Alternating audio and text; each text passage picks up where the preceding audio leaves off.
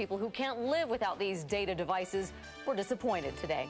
Plus, I think that's probably a lot of myth involved there.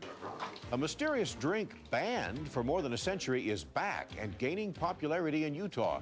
Hear the debate about absinthe. A drink that has been blamed for hallucinations, for madness, for suicide and murder was recently legalized in this country. And now absinthe is one of the most banned substances throughout the world and is gaining popularity in Utah. Whit Johnson is here to explain.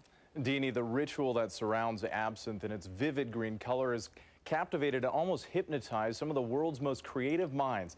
To put things in perspective, absinthe was banned in the United States in 1912, before marijuana, before cocaine. And now with the ban lifted, the question is, what harm can this drink really do?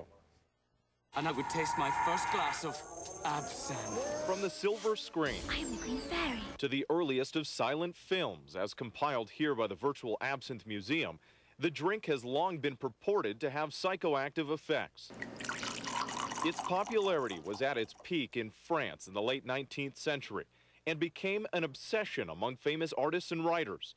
One of many rumors at the time was that absinthe drove Vincent van Gogh to cut off his own ear. Very opalescent. But in 2007, after nearly a century, the United States followed a worldwide trend, lifting its ban on absinthe. There's never been one absinthe that's ever gotten me to the point of seeing something that's not there, ever. Artist and musician Joe Ashton is pushing for more brands to be sold in Utah. I think in most aspects, the herbal qualities, the floral notes of this make it more like a fine wine than anything else. One herb in particular, brand Wormwood, contains a chemical called thujone, which for years was said to rot your brain. I think that's probably a lot of myth involved there. Doctors now say that low levels of thujone found in absinthe likely have little effect on the body.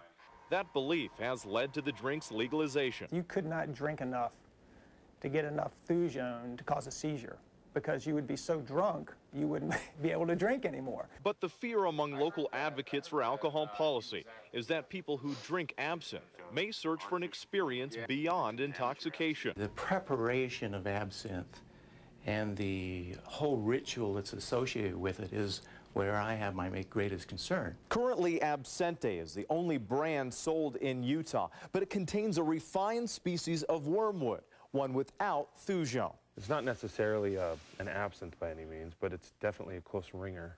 According to the state, as demand for the drink increases, more brands, what some consider real brands, will come to Utah. What's interesting is it seems to be picking up steam as time goes by, so that indicates that it's not necessarily a flash in the pan. Perhaps adding to the rebirth of what has been called the world's most feared spirit. And in the 19th century, some inferior brands of absinthe contained chemicals that actually were damaging to the brain. Some say the effects of those chemicals combined with alcoholism likely caused much of the hysteria.